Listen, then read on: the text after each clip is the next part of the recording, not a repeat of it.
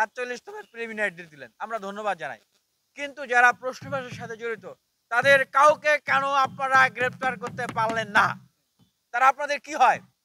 আপনার ছেলে হয়, আপনার ভাই হয়, আপনার শালা হয়, আপনার ভাতিজা হয়, আপনার কি হয়?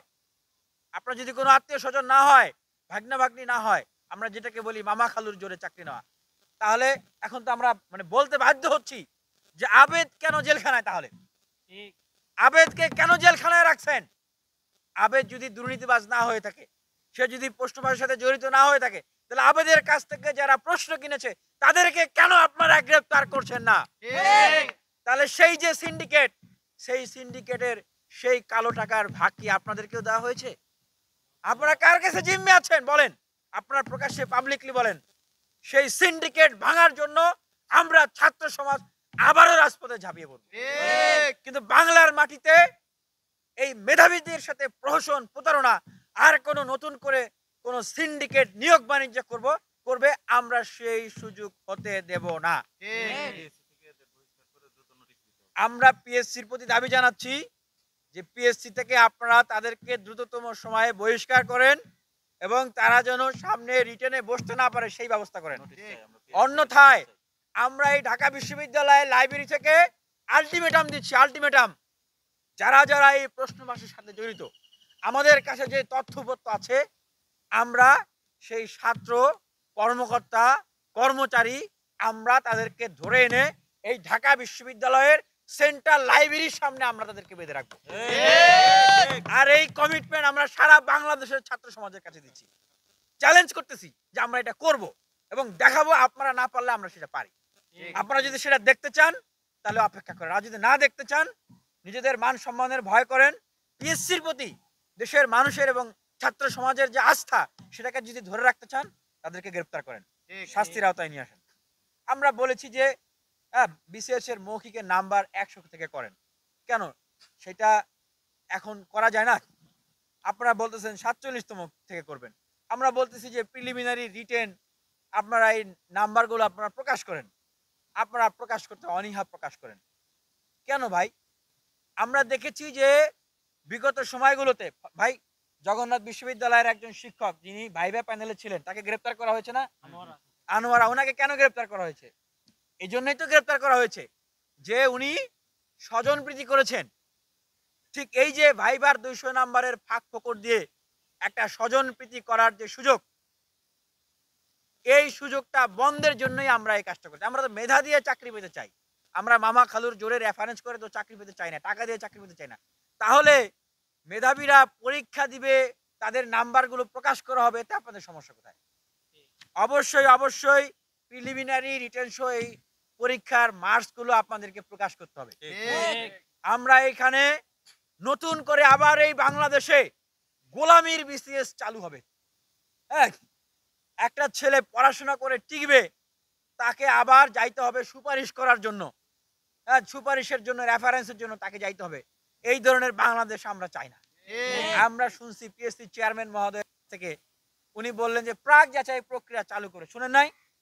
প্রাক যাচাই প্রক্রিয়া আবার কি মানে? কি আপনি শুরুতেই আপনাকে আইডেন্টিফাই করবে আপনি কোন দল করেন, কোন মত করেন। এরপরে কি আপনি পরীক্ষা দিতে থাকবেন, আপনি আউট হইতে থাকবেন। আর যেহেতু প্রিলি রিটেন ভাইগুলোর মার্ক প্রকাশ করা হয় না, আপনি কেন আউট হইতেছেন আপনি জানবেন না। আরে একটা আজব ব্যবস্থা না? আগের চেয়েও ভয়ঙ্কর ব্যবস্থা, কালো ব্যবস্থা, অন্ধকার ব্যবস্থা।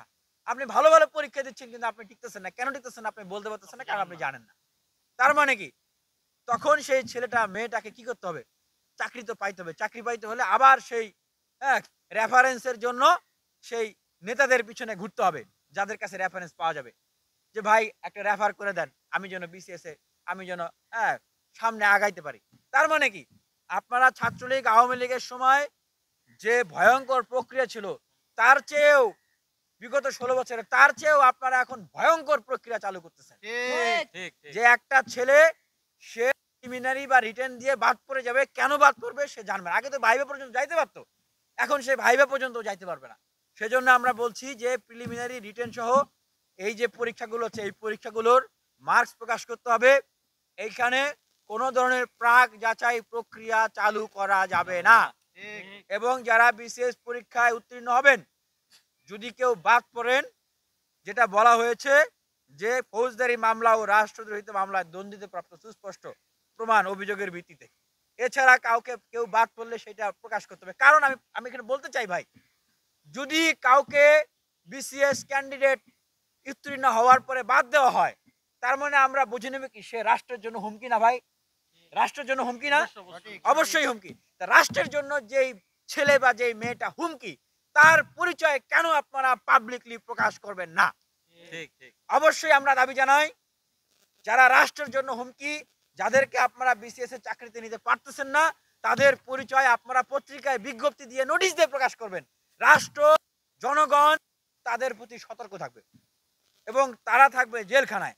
আমরা সেই জায়গা থেকে বলতে চাই, আমাদের ডাক্তার ভাইদের যে দাবি, সেই দাবির সাথে আমরা একমত পোষণ করছি। কারণ আমাদের যে দাবি পদ অপচয়, সেই দাবির সাথে এটা একই দাবি।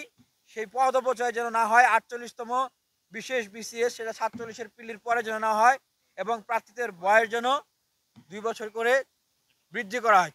আর আমরা বলতে চাই যে সবচেয়ে গুরুত্বপূর্ণ যে কথাটা, আমাদের আন্দোলনে, অনশন এবং আন্দোলনের প্রেক্ষিতে পিএসসি একটি সংস্কার কমিশন করবে বলে তারা আমাদেরকে জানিয়েছিলেন।